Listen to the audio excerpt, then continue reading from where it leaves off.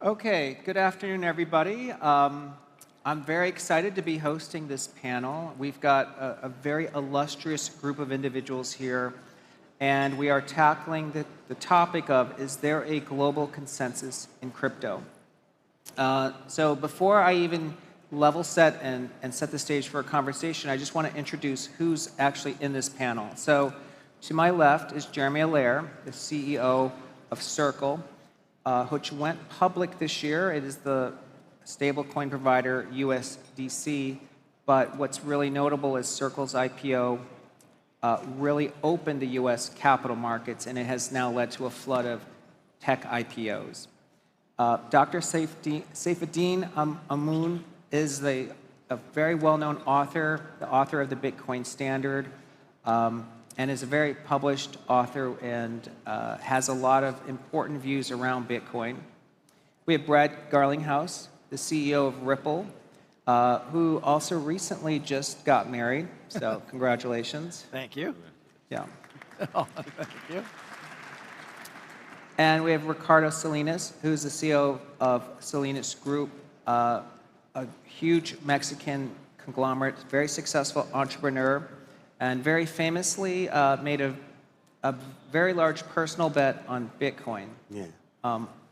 So let me level set by talking about a global consensus on crypto, because I want to juxtapose two very opposing views. The first is that crypto has been a huge outperforming asset class. If we look at the last 10 years, $1 million invested in the S&P 500 today would be worth $3 million. $1 million invested in Bitcoin 10 years ago would be worth $116 million. $1 million invested in Ethereum 10 years ago would be worth $500 million today. So as far as asset class performance, there is nothing even approaching the returns that have come from crypto. Yet, we know that major institutions actually dismiss crypto completely. We know a major bank CEO says that he still doesn't care about Bitcoin, even though his customers want to use blockchain. And a recent Bank of America survey shows that 76% of clients have zero exposure to Bitcoin. So the vast majority of institutional investors do not want to own any Bitcoin. So it made me think about what are some things to talk about with consensus around crypto today globally. And I think there's two topics that we can cover in the next 30 minutes. There's just so much to talk about, but I think we can cover at least two. The first is crypto a genuine asset class, investment class? And the second is the consensus I believe that exists in this group is that crypto sits at the intersection today of two super cycles. One is Wall Street moving onto the blockchain, evidenced by stable coins and eventually tokenization of assets. But it's also sitting, I think, going to play a very important role in agentic AI. And that means that any region that supports the growth of blockchain and invests in it is going to also be sitting at this important intersection. So perhaps to start with the first topic, I'd like to ask Dr. Saifedean, is crypto an asset class, and specifically Bitcoin? Yeah, I think there's increasing clarity emerging around Bitcoin as being in a class of its own, essentially, as an investable asset.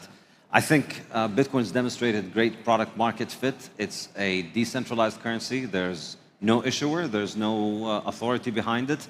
It's been launched in a perfectly fair way that anybody could mine and anybody could buy at the same price. So it's been relatively easy to convince regulators around the world that this is a commodity rather than a security. And I think this has become a pretty stable view among regulators. And I think among investors as well, I see that more and more people are becoming open to the idea because I think ultimately it serves a market need that is very well established. People all throughout human history have used money, and there are properties that make for good money, as I discuss in my book, The Bitcoin Standard. And there are these properties, I think if you look closely at Bitcoin, you'll see that as I like to explain it, it's the most advanced form of money. It's the hardest form of money that we have. Its supply grows at the lowest rate of any money ever discovered. And it is also the fastest money that we have. It allows for international clearance without having to go through political authority. So this is becoming more and more appealing to people in capital markets, and I think there's more clarity in a regulatory manner for this, and I think we're going to be seeing more and more adoption worldwide. I think, the growth of Bitcoin has been tremendous over the past 16 years, and it's worked practically flawlessly, so I see it only increasing. Countries that have taken the lead in regulating Bitcoin in a permissive way have benefited their people. People have been able to buy it and hold it, and people who have held it for a long time have benefited from it enormously. And countries that have been late or countries that have been hostile, I think they should really be taking a long, hard look at it, because they have effectively failed to make a dent in its growth, and all that they have achieved is to deprive their citizens from the chance of accessing this in a very easy and convenient way, and therefore deprive them of the chance of using this incredible new technology. Great. And Ricardo, could you just tell us a little bit about your journey? I mean, we know that you invested a majority of your personal net worth into Bitcoin. What led you to make that bold decision? I think it would be very useful for people here that are not so familiar with the terms to clarify what is this crypto thing.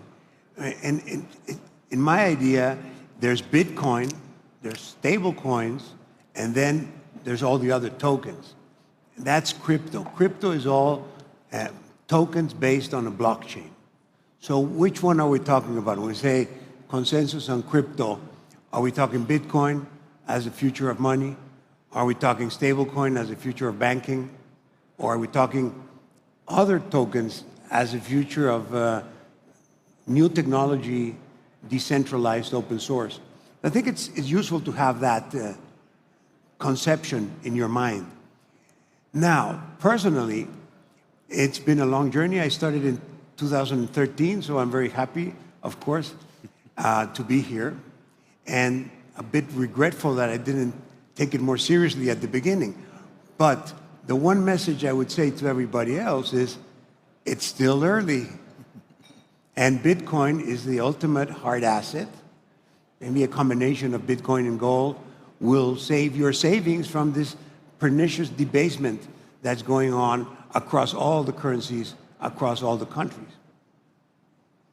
Okay. And, when I think about the Bitcoin rationale, why investors buy Bitcoin, I think one of the principal things that draws them here is the idea that Bitcoin is digital gold. It's a store of value in a world that's increasingly digital. What do you all think about the idea of, is Bitcoin going to be attractive if gold itself is available on the blockchain? So that if gold becomes digitized and we can buy it as easily as we can buy Bitcoin, would we still want to own Bitcoin? The thing about tokenized gold is that you still have the counterparty risk. And you might show up there and there might not be any gold. The thing about Bitcoin is that the token itself, once you have it in your address, that's it. It's final settlement. So there's a big difference. I mean, it's very good for gold to be able to trade it like that, but you're certainly depending on the issuing party, the party that issues the tokens, to make good on that delivery. And I would also add that it's essentially gold banking is illegal around the world. It's not really possible to make payments with gold. And therefore, people who use it as a store of value necessarily have to liquidate it in order to make their money mobile. We live in a global economy. Most businesses deal across international borders, and they need their money to move. And in the digital economy, money's speed is increasing more and more, and therefore, gold physically cannot keep up, because I think it's too politically centralized, it's too politically sensitive. Whereas with Bitcoin, on the other hand, you've got final clearance and final settlement of a digital asset, which is native digital. So therefore, that allows it to be a lot faster.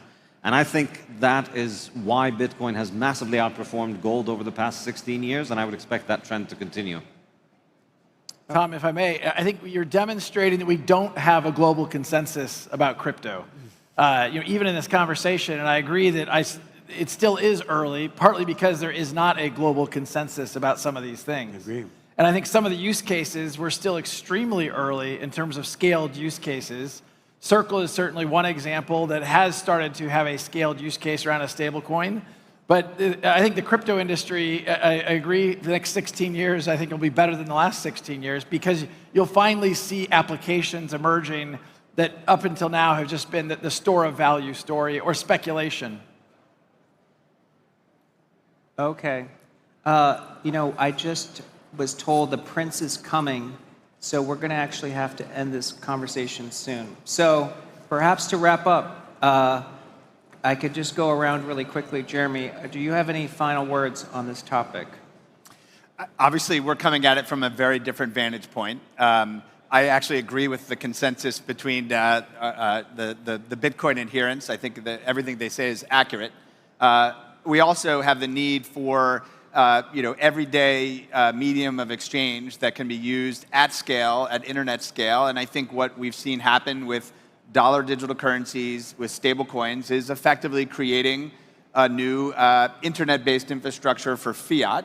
And fiat will continue, but we're seeing essentially the same technological change that happened for data, communications, information, software being brought to money. And we're seeing a reconstruction of fiat as on a full reserve basis. So a sound money principle where you can have safe, fully reserved dollars, and you can transact them effectively at internet scale, at internet speed, at virtually no cost. And that is converging, as you noted, with the machine economy, with machine-programmed money. And I think I would share also the view that we're still in the very early stages of this. I think over the next 5 to 10 years, the transactional activity with all this will probably be 1 millionx larger than it is today. And so there's plenty of opportunity to build.